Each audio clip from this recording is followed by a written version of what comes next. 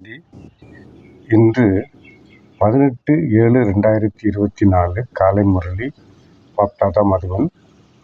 பகவான் குழந்தைகளை, இனிமையான குழந்தைகளே, சேவை செய்திகளை கேட்பதிலும் படிப்பதிலும் உங்களுக்கு ஆர்வம் இருக்க வேண்டும். ஏனெனில் இதன் மூலம் ஆர்வம், உற்சாகம் அதிகமாகின்றது. சேவை செய்ய வேண்டும் என்ற எண்ணம் ஏற்படுகின்றது. அதாவது இன்றைய தலைப்பு செய்தியில் பகவான் மகா வாக்கியங்களாக சேவையை பற்றி குறிப்பிடுகின்றார். சேவை செய்திகளை கேட்பதிலும் படிப்பதிலும் ஆர்வம் வேண்டும். இதன் மூலம் உற்சாகம் அதிகமாகின்றது. சேவை செய்ய வேண்டும் என்ற எண்ணம் ஏற்படுகிறது. அதாவது ஞானம், யோகம், தாரணை, சேவை.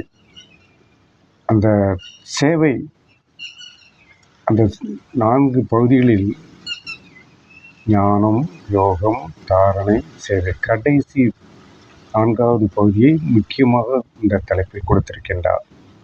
கேள்வி: சங்கம யுகத்தில் உங்களுக்கு தந்தை சுகம் கொடுப்பது கிடையாது. சங்கம யுகத்தில் தந்தை இறைவன் உங்களுக்கு சுகம் கொடுப்பது கிடையாது. ஆனால் சுகத்திற்கான வழியை காண்பிக்கிறார். ஏன்? பதிலை அவரை சொல்கின்றார். ஏனெனில் அனைவரும் தந்தையின் குழந்தைகளாக இருக்கின்றீர்கள். அனைவரும் தந்தையின் குழந்தைகளாக இருக்கின்றீர்கள். ஒரு குழந்தைக்கு மட்டும் சுகம் கொடுப்பது சரியானது கிடையாது. லௌகீக தந்தையிடமிருந்து குழந்தைகளுக்கு சரிசமமான பங்கு கிடைக்கின்றது. லௌகீக தந்தை என்றால் நம்மை பெற்றெடுத்த தந்தை. அலௌகீக தந்தை என்றால் பரமாத்மா, சிவன். இந்த லௌகீக தந்தை என்ன சொல்றாரு? லௌகீக தந்தையிடமிருந்து குழந்தைகளுக்கு சரியான சம பங்கு கிடைக்கின்றது.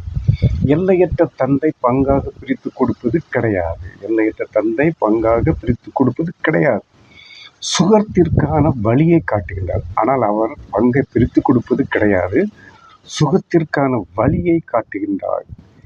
யார் அந்த வழிப்படி நடக்கின்றனரோ, முயற்சி செய்கின்றனோ, அவர்கள் உயர்ந்த பதவி அடைகின்றனர். குழந்தைகள் முயற்சி செய்ய வேண்டும். அனைத்திற்கும் ஆதாரம் முயற்சியில் தான் இருக்கின்றது. முயற்சி தான் வெரி இம்பார்ட்டன்ட். அடுத்த பகுதி கேள்வி பதிலை முடித்துவிட்டோம். அடுத்தது 3வது பகுதி தாரணை. தாரணைக்கான முக்கிய சாரம், அதாவது நடைமுறைப்படுத்த வேண்டியவை. பாயிண்ட் 1: எந்த விஷயத்திற்கும் வசமாகக்கூடாது. எந்த விஷயத்திற்கும் வசமாகக்கூடாது. தனக்குள் ஞானத்தை தாரணை செய்து தானம் செய்ய வேண்டும். மற்றவரிடம் அதிர்ஷ்டத்தை எழுப்பச் செய்ய வேண்டும். முதல் பாயிண்டை விளக்குகின்றேன். அதாவது எந்த விஷயத்திற்கும் வசமாக, அடிமையாகக்கூடாது. எந்த விஷயம் வந்தாலும் சரி, எதுவாக இருந்தாலும் அதற்கு அடிமையாகக்கூடாது. தனக்குள் ஞானத்தை நடைமுறை செய்து தானம் செய்ய வேண்டும். இந்த ஞானத்தை, இறைவன் கொடுக்கின்ற ஞானத்தை தாரணை செய்து நடைமுறைப்படுத்த வேண்டும். மற்றவர்களின் அதிர்ஷ்டத்தை எழுப்பச் செய்ய வேண்டும். அதாவது உருவாக்க வேண்டும். மற்றவர்களின் அதிர்ஷ்டத்தை உருவாக்க வேண்டும் என்று இறைவன் முதல் பாயிண்டில் சொல்கின்றார். 2வது பாயிண்டில் மற்றவரிடம் பேசுகின்ற பொழுது தன்னை ஆத்மா என்று புரிந்து கொண்டு ஆத்மாவிடம் பேச வேண்டும். மற்றவரிடம் பேசும்போது தன்னை ஆத்மா என புரிந்து கொண்டு ஆத்மாவிடம் பேச வேண்டும். சிறிதும் தேக அபிமானம் வந்துவிடக்கூடாது. சிறிதளவு கூட தேக அபிமானம் வந்துவிடக்கூடாது. தந்தையிடம் அடைந்த அளவற்ற சுகத்தை மற்றவர்களுக்கும் பகிர்ந்து கொடுக்க வேண்டும். தந்தையிடம் கண்ட சுகத்தை மற்றவர்களுக்கும் பகிர்ந்து கொடுக்க வேண்டும். அந்த முறையில்தான் நானும் தினமும் இந்த வாணி முறையை படிக்கின்றேன். அதில் கிடைக்கின்ற கருத்துக்களை மக்கள் தெரிந்து கொள்ள வேண்டும் என்ற முறையில் இந்த பதிவினை வெளியிடுகின்றேன்.